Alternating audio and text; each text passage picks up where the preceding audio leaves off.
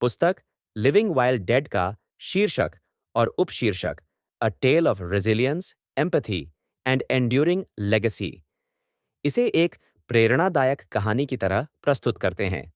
इस किताब का सारांश निम्नलिखित हो सकता है। मुख्य विषय और संदेश।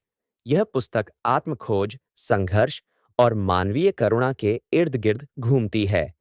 इसका मुख्य उद्देश्य यह दिखाना है कि कठिन परिस्थितियों के बावजूद किस तरह व्यक्ति अपनी पहचान और उद्देश्य को पा सकता है।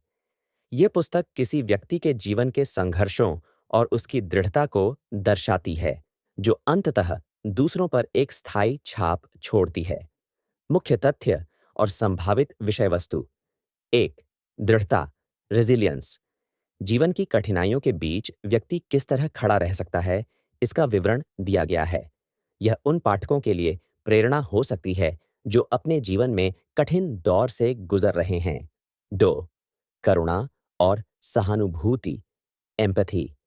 कहानी मानवीय संबंधों और सहानुभूति की शक्ति पर केंद्रित है। इसमें यह दिखाया गया है कि दूसरों की मदद करने और समझने से कैसे व्यक्ति का जीवन बेहतर बन सकता है। 3. स्थायी विरासत, एंड्यूरिंग लेगेसी।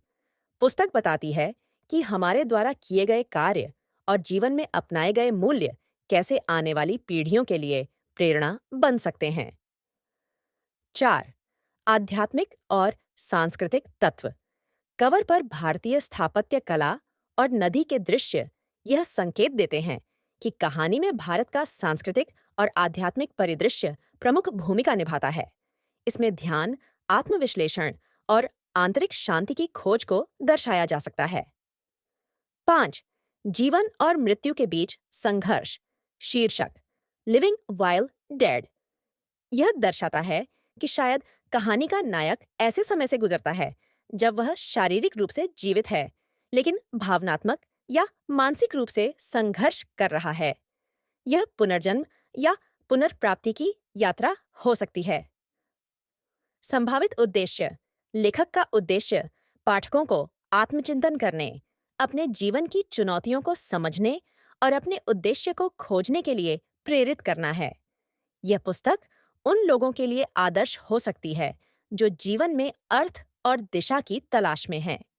यदि आपके पास इस पुस्तक के किसी अध्याय, कहानी या विषय पर अधिक विवरण है, तो मैं और अधिक सटीक सारांश प्रदान कर सकता हूँ।